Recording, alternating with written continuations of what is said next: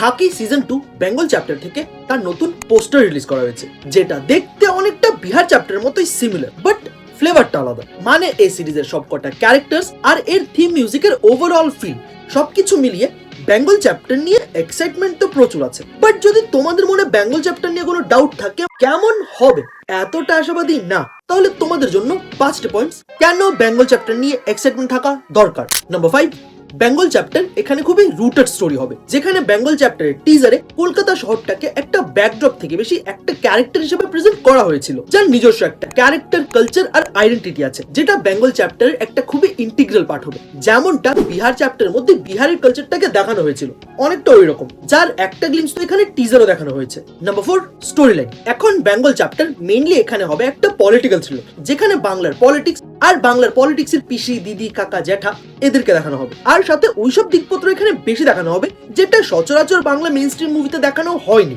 মানে late 90s থেকে early 80s যে সময়টা, তখনকার কলকাতা, তখনকার পলিটিক্স, গ্যাং ওয়ার, ভায়োলেন্স, এইসব কিছুকে এখানে বেশি হাইলাইট করা হবে, যেখানে রিউমার্স তো এমন খাকি বেঙ্গল চ্যাপ্টার কোনো একটা রিয়েল ইনসিডেন্টের উপরে বেস করে বানানো। নাম্বার 3, র এন্ড রিয়েল ট্রিটমেন্ট।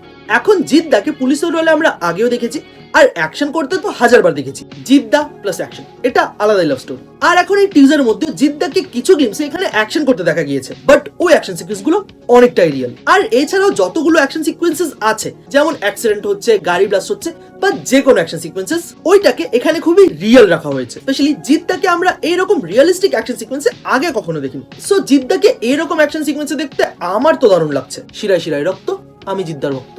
নাম্বার 2, এই সিরিজের কাস্ট। এখন খাকি দ্য বেঙ্গল চ্যাপ্টারের কাস্ট বাংলার রুটেড গল্পের জন্য নো ডাউট বেস্ট কাস্ট, এর থেকে ভালো কাস্ট হতেই পারে না। যেখানে বুম্বাদা, জিদ্দা, শাশ্বত বাবু, পরমদা, মানে তাবর তাবর সব অ্যাক্টরস, আর এদের সাথে রকি ভাই ইন 144p, মিমো স্যার। আর কিছু হোক চাই না হোক, এই কাস্টের জন্য তো এখানে চোখ বন্ধ করে খাকি দ্য বেঙ্গল চ্যাপ্টার তুমি দেখতে পারবে। মানে দেখার জন্য যদিও চোখটা খোলা রাখতে হবে।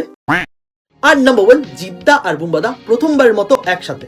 একদিকে ইন্ডাস্ট্রির বস আর অন্যদিকে মিস্টার ইন্ডাস্ট্রি, প্রথমবার একসাথে।